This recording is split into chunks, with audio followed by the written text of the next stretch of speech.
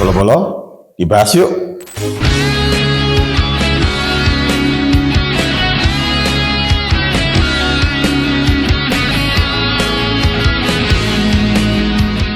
Bola-bola Mas Wim, kita sekarang sudah hidup di zamannya perang AI ya, di mana sekarang sedang heboh ya persaingan antara OpenAI versus DeepSeek ya, dan kita tentu juga tahu di masa yang akan datang manusia itu hajat hidupnya bisa terancam oleh robot, dan itu mungkin yang mengakibatkan bapak tua itu merobohkan robot Iron Man.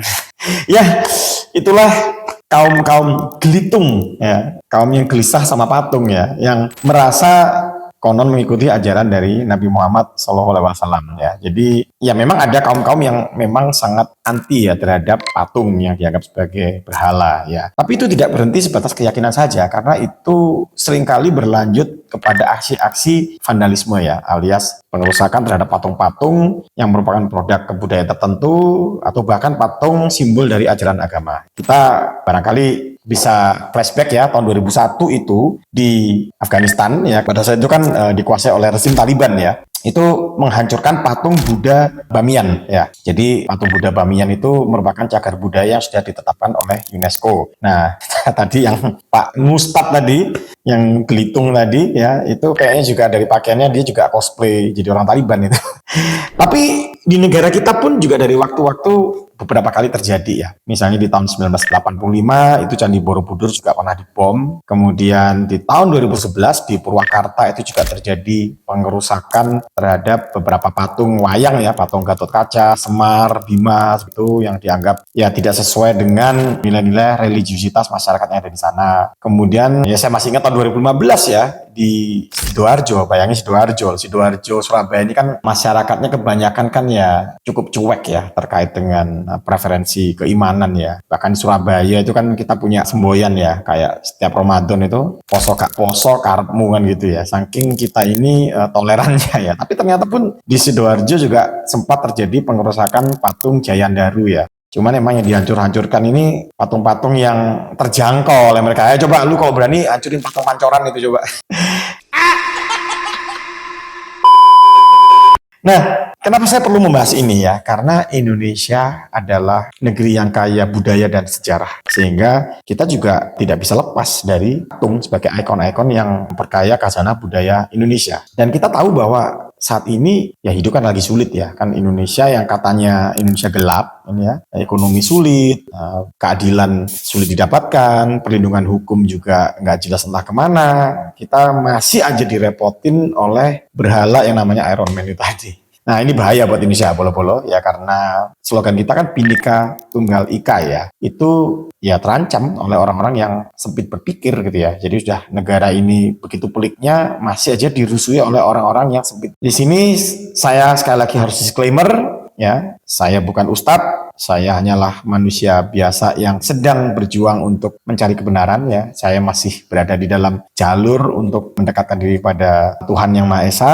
Jadi ketika saya ngebahas seperti ini ya saya merasa tergerak aja ya, sebagai seorang muslim yang hidup di Indonesia ya, saya tergerak untuk sharing apa yang menjadi concern saya, terutama terkait dengan hal-hal yang sifatnya konflik yang menurut saya berawal dari pemahaman agama yang sempit. Jadi bagi orang-orang yang merusak ya patung-patung yang dianggap sebagai berhala itu kan mereka menganggap itu sebagai bagian dari menegakkan ajaran agama, karena mereka meyakini bahwa Islam itu yang membenci berhala begitu ya. Cuman masalahnya apakah berhala itu semata-mata sama artinya dengan patung, dan apakah benar Islam itu membenci patung atau anti patung ya? Bagi sebagian kelompok yang membenarkan keyakinan ini, mereka berkaca pada kisah Fatu Makkah ya. Jadi kisah penaklukan Mekah ya, kan ceritanya Nabi Muhammad itu kan terusir dari Mekah, kota kelahirannya, karena waktu itu kan Mekah dikuasai oleh kaum Quraisy ya, yang menolak ketika Nabi Muhammad mengampanyekan ajaran monoteis, sehingga Nabi Muhammad hijrah ke Madinah, dan setelah puluhan tahun menata kota Madinah sambil ya mengalami serangkaian pertempuran dengan kaum Quraisy di Mekah, pada akhirnya ketika kaum Quraisy semakin melemah dan Nabi Muhammad pengikutnya semakin banyak dan semakin kuat, akhirnya mereka berbondong-bondong untuk menaklukkan Makkah. Dan pada akhirnya Makkah ditaklukkan oleh Nabi Muhammad tanpa pertumpahan darah sedikit pun, dan orang-orang Quraisy yang selama puluhan tahun memusuhi beliau itu pun juga dimaafkan. Tapi kemudian Nabi Muhammad menghancurkan semua berhala yang berada di sekitaran Ka'bah. Nah, ini dijadikan pembenaran ya bagi kelompok-kelompok yang nafsu banget pengen hancurin patungnya.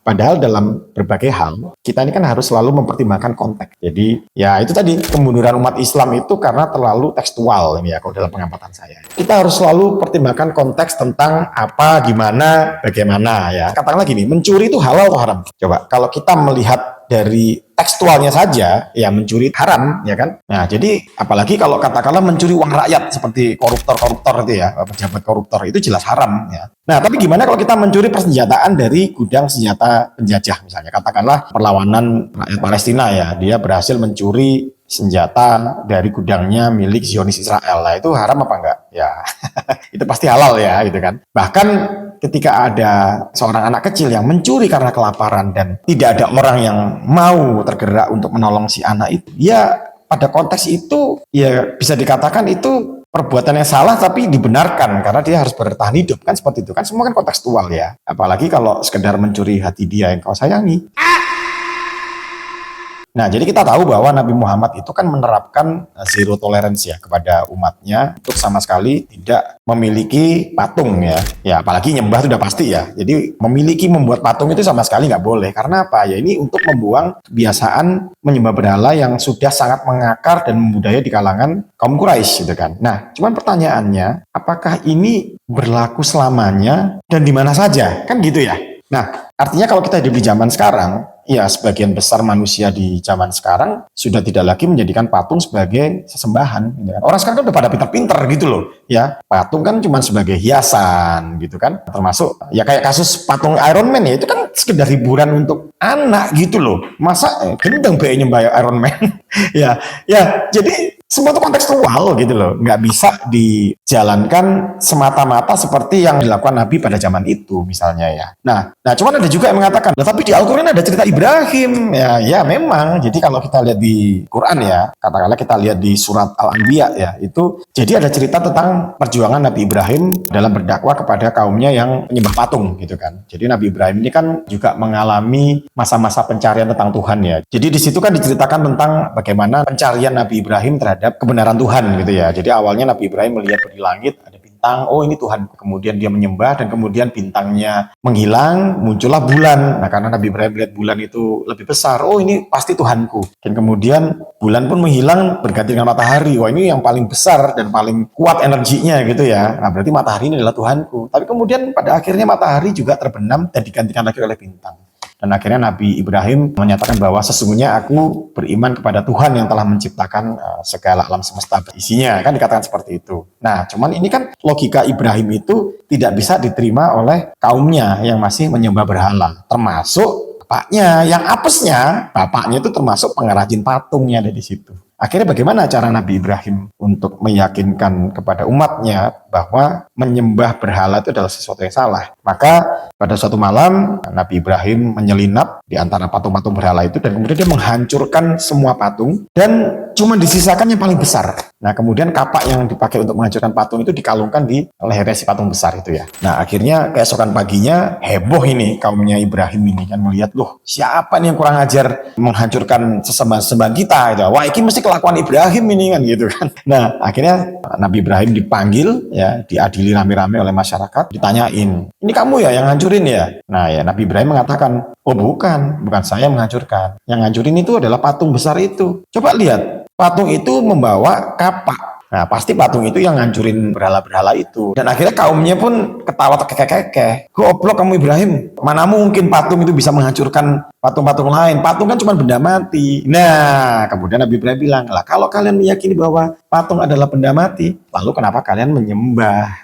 Seperti itu kan. Nah, artinya beliau sekedar bermain logika dan dialektika untuk menyadarkan masyarakatnya. Jadi dengan logika sederhana ya, bahwa kalau patung itu tidak mungkin bisa menghancurkan sesama patung lainnya, maka apakah patung itu layak untuk disembahkan begitu? Jadi ini bukan sekedar aksi yang membabi buta ya, vandalisme seperti kaum-kaum hitung tadi ya, seperti itu. Nah, jadi di situ kita bisa mengambil pelajaran bahwa sebetulnya Nabi Ibrahim itu tidak semata-mata anti terhadap patung ya, tapi beliau itu hanyalah anti terhadap kebodohan ya yang mengakibatkan manusia itu menyembah patung gitu ya. Karena apa? Karena kalau memang benar-benar anti terhadap patung ya harusnya patung itu dihancurkan semua. Tapi kan enggak, disisakan satu supaya apa? Supaya masyarakatnya berpikir. Nah, sementara umat Islam sekarang itu banyak yang mengharamkan berpikir gitu. Nah, jadi kalau kita bisa memahami dalam konteks kekinian, ini tentu tidak relevan ya karena patung pada zaman now itu tidak lagi menjadi sesembahan karena kebanyakan ya menjadi produk seni dan budaya gitu kan. Terus boleh dong kalau fungsinya cuma keindahan. Wah, jangan menafsirkan pakai hawa nafsu aja tong. Kan ada ayat rujukannya. Jadi patung kalau hanya sebagai dekoratif ya, hanya untuk memperindah suasana, boleh ya. Coba kita bisa lihat di Quran, nah, surat Saba misalnya. Di situ dikatakan ya, bunyinya adalah para jin itu membuat untuk Sulaiman apa yang dikehendakinya dari bangunan-bangunan yang tinggi dan patung-patung serta piring-piring bagikan kolam dan periuk yang tetap berada di atas tungku. Bekerjalah hai keluarga Daud untuk bersyukur kepada Allah dan sedikit sekali dari hamba-hambaku yang terima kasih. Jadi di surat Saba ini juga sudah ada contoh bahwa Nabi Sulaiman itu membangun istana itu juga dihiasi oleh patung-patung untuk keindahan. Dan nggak masalah. Ya tapi kan memang masih ada orang nyembah patung. Ya memang ada. Cuman gini, bolo-bolo ya. Kita jangan gampang-gampang menghakimi hanya dari perspektif kita sendiri ya. Sebagai contoh ya, masih ada di antara kita yang menuduh bahwa saudara-saudara kita umat Hindu Bali itu menyembah patung. Kalau kita tanya kepada mereka tidak menyembah patung gitu loh. Mereka itu ya menyembah Tuhan yang tidak terlihat ya. Cuman mereka memang membutuhkan sarana ya. Mereka membutuhkan citra yang itu bisa ya katakanlah membawa mereka kepada kekusyukan versi mereka sendiri. Ya kita boleh tidak setuju ya terhadap cara pandang seperti itu ya. Dan kalaupun memang masih ada orang zaman sekarang yang menyembah patung, ya kita kan diajari untuk lakum dinukum waliyadin gitu ya. Agamamu, agamaku, agamaku kan gitu kan. Karena apa? Keyakinan itu nggak bisa dipaksakan. Kecuali kalau keyakinan itu menyebabkan kerusakan sosial misalnya. Jadi katakanlah ada sebuah keyakinan yang berdampak bahwa membunuh orang beda agama itu halal misalnya. Atau ada sebuah keyakinan yang merendahkan suatu ras atau bangsa lain. Nah itu kita boleh lawan. Tapi kalau masalah keyakinan ya, keyakinan pribadi, misalnya soal sembah menyembah ya. Jadi ada orang yang nyembah patung, ada yang nyembah gunung, mau nyembah kaleng sarden, ya biarin aja. Lawang itu kan berhala ecek-ecek lah sebetulnya ya. Sebetulnya hari ini berhala yang paling dahsyat itu ya. Itu sudah bukan patung lagi, tapi apa? Bolo-bolo, uang dan kekuasaan. Jadi orang itu rela melakukan hal-hal yang jahat dan menjijikkan ya demi uang dan kekuasaannya. Jadi mari kita berjihad melawan berhala syahwat untuk mendapatkan uang dan kekuasaan dengan edukasi melawan kebodohan, dan kita bisa berbuat kebaikan mulai dari sekitar kita dulu. Itulah jihad yang sebenarnya. Jadi bukannya jihad ngerobohin patungnya Iron Man. Itu sih tugasnya Mandarin itu.